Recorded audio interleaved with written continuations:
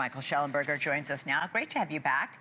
So let's start with MCON, as it's called, I guess, for short.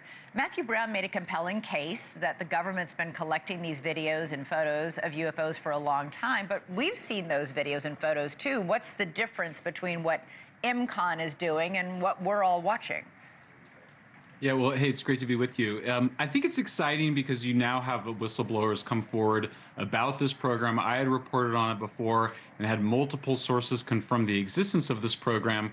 I think what's so important to know is that what they're saying is that the Pentagon, it's not just a few of these little videos coming out in dribs and drabs, but they are sitting on a significant body of photographic and video evidence that I also, people that did not know about the MCON program told me of other videos that they had seen of orbs coming out of the ocean near Kuwait, for example, which I testified on as well.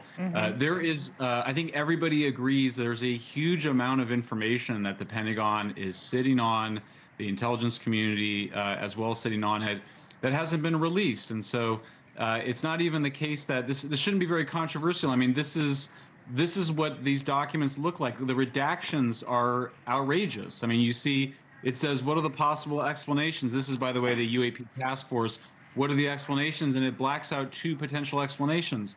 Isn't it all blacked out? I mean, it looks like just the very top, like email from, is the only thing you can read. Yeah, it sort of says, I mean, they black out, it says, the UAP task force has collected redacted number of reports from this many, the number of years is redacted, and then potential explanations, they say it could be weather, but then there's two other potential explanations. This is absurd. This is ridiculous. This is information that we, the taxpayers, have paid for, and that the Constitution requires that Congress be able to see. The Pentagon's not letting Congress see it in violation of the Constitution. So it's time to get some disclosure going. It's we're way past time for it. What percentage, if you had to hazard a guess, of what the Pentagon has managed to accumulate, what percentage has become public? Are we talking 2%, 10%, 20%? I've asked that question as well of multiple people. I've been told under 1%. Under 1%. I mean, just a tiny fraction. I mean, look at these. We're getting these tiny clips. We know that the Pentagon, the various military activities are filming and capturing, and not just with photographic or video, but also other sensor data, infrared, radar, all sorts of data has been coming in over decades. If we're being honest, this goes all the way back to World War II. So we're just being treated like children. It's time for the Trump administration to really take disclosure seriously. I think the people have spoken. We want this information. For the longest time, this was, people who believed in this kind of thing or talked about this kind of thing were dismissed as cuckoos. But we now have sitting members of Congress holding briefings like the one today, holding hearings like the one where you testified. Congressmen, many of them from President Trump's own party, are demanding answers and more transparency about what on earth is going on. Yeah, I mean, Elizabeth, one of the great, I testified a fair amount now to Congress on various issues.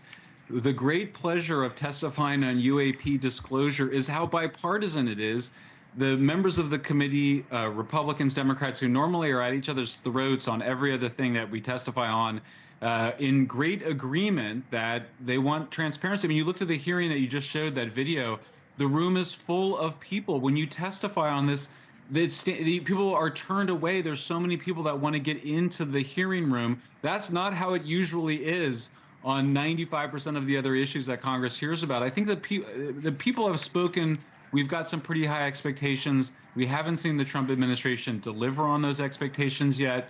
They really need to do so. We've been 100 days in office. We need some UAP disclosure. We sure do. Michael Shellenberger, great to have you on again. Thanks. Thanks, Elizabeth.